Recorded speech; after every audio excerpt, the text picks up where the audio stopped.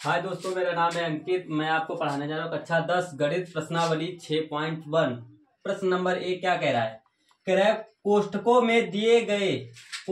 में दिए शब्दों में से सही शब्दों का प्रयोग करते हुए रिक्त स्थानों को भरिए। प्रश्न नंबर 1 का पहला देखो क्या कह रहा है। कह रहा है सभी वृत्त खाली स्थान होते हैं। कह रहा है सर्वांग सम होते हैं और समरूप होते हैं। तो सभी वृत्त जो होते हैं भैया वो क्या होते हैं? वो समरूप होते हैं। समरूप यानी समान होते हैं। मान लो जैसे हमने एक वृत्त बना दिया यहाँ पर, एक वृत्त बना दिया यहाँ पर बड़ा सा, ठीक है। एक वृत्त बना दिया बड़ा सा और एक वृत्त बना दिया छोटा सा। तो ये क्या है? ये सब समरूप है, समान है, ठीक है। अब दूसरा नंबर क्या कह रहा है? प्रश्न नंबर 2 कह रहा है सभी वर्ग होते हैं, क्या होते हैं? समरूप होते हैं। दोनों सभी वृत्त क्या होते हैं? सभी वर्ग समरूप होते हैं। सभी वर्ग क्या होते हैं? समरूप होते हैं। फिर प्रश्न नंबर पहले का तीसरा कह रहा है सभी डैश त्रिभुज समरूप होते हैं। समबाहु त्रिभुज होते हैं समरूप। समबाहु मतलब जिसकी तीनों भुजाएं बराबर हों, जिसकी तीनों भुजाएं बराबर हों उसे समबाहु त्रिभुज कहते हैं, ठीक है। कह रहा है सभी डैश त्रिभुज समरूप होते हैं, जिनकी तीनों भुजाएं बराबर होंगी वो समरूप समबाहु होंगे। तो ये ऑप्शन इसका ये सही हो जाएगा, ठीक है।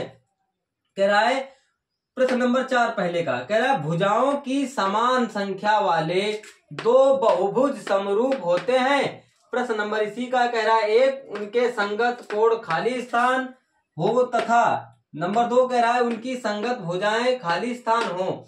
तो देखो कह रहा है दो भुजाओं की समान संख्या वाले दो बहुभुज समरूप होते हैं। उनके संगत कोण जब बराबर होंगे, क्या होंगे? बराबर होंगे हो तथा उनकी संगत भुजाएं कैसी हो? समानुपाती हो। समानुपाती हो तब ये होंगे, ठीक है। अब प्रश्न नंबर 2 कह रहा है, प्रश्न नंबर 2 देखो क्या कह रहा है।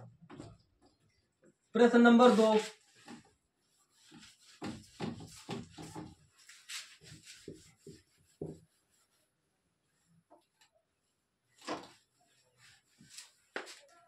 प्रश्न नंबर 2 कह रहा है कि निम्नलिखित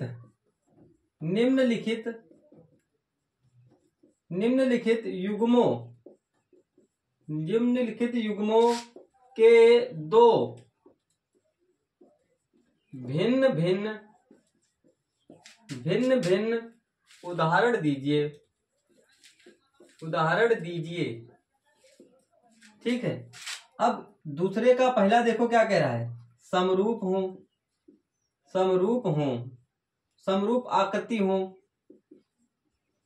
आकृतियां हों। तो देखो भाई समरूप आकृतियां हों तो अब मान लो जैसे हमने यहां पर एक वर्ग बना दिया, ठीक है, और एक छोटा वर्ग बना दिया,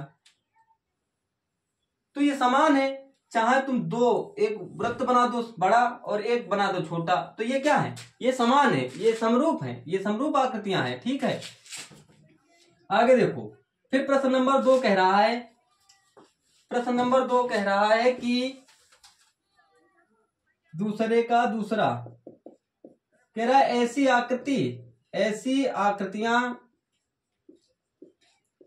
आकृतियां जो समरूप नहीं है। तो भाई देखो मान लो जैसे हमने एक त्रिभुज बना दिया और एक यहां पर वृत्त बना दिया, तो कह रहा है ऐसी आकृतियां जो समरूप नहीं है। ये क्या समरूप है? नहीं है, ये समरूप नहीं है, समरूप नहीं है। तो भाई बस लग गया। अब प्रश्न नंबर 3 देखो क्या कह रहा है। प्रश्न नंबर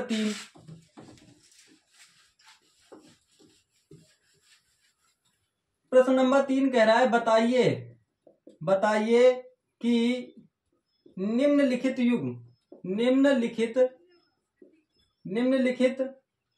चतुर्भुज समरूप है या नहीं। भाई देखो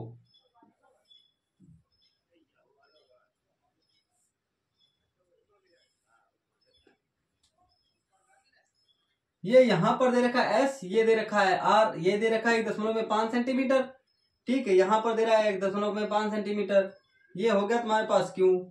फिर यहाँ पर पी है तो 1.5 सेंटीमीटर ये भी है, और यहाँ पर 1.5 सेंटीमीटर है, ठीक है। फिर एक आकृति यहाँ पर बन रखी है,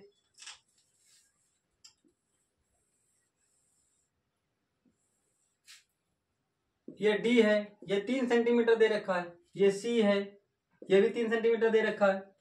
ये बी है,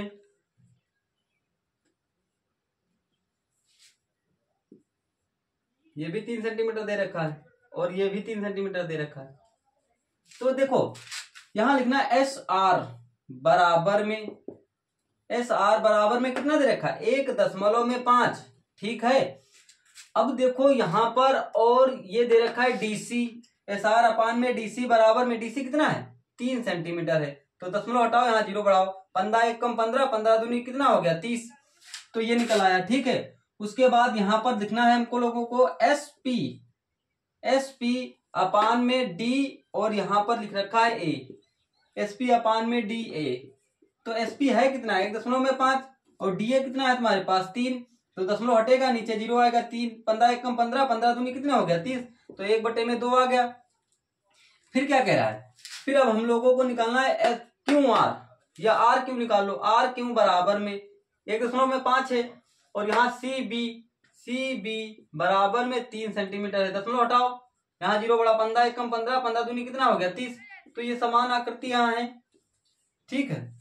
समरूप है या नहीं है, तो यहां लिखना है तुमको समरूप नहीं है, समरूप नहीं है, ठीक है। अब ये प्रश्नावली हुई खत्म। अगर वीडियो अच्छी लगे तो लाइक करो, सब्सक्राइब करो और कमेंट करो।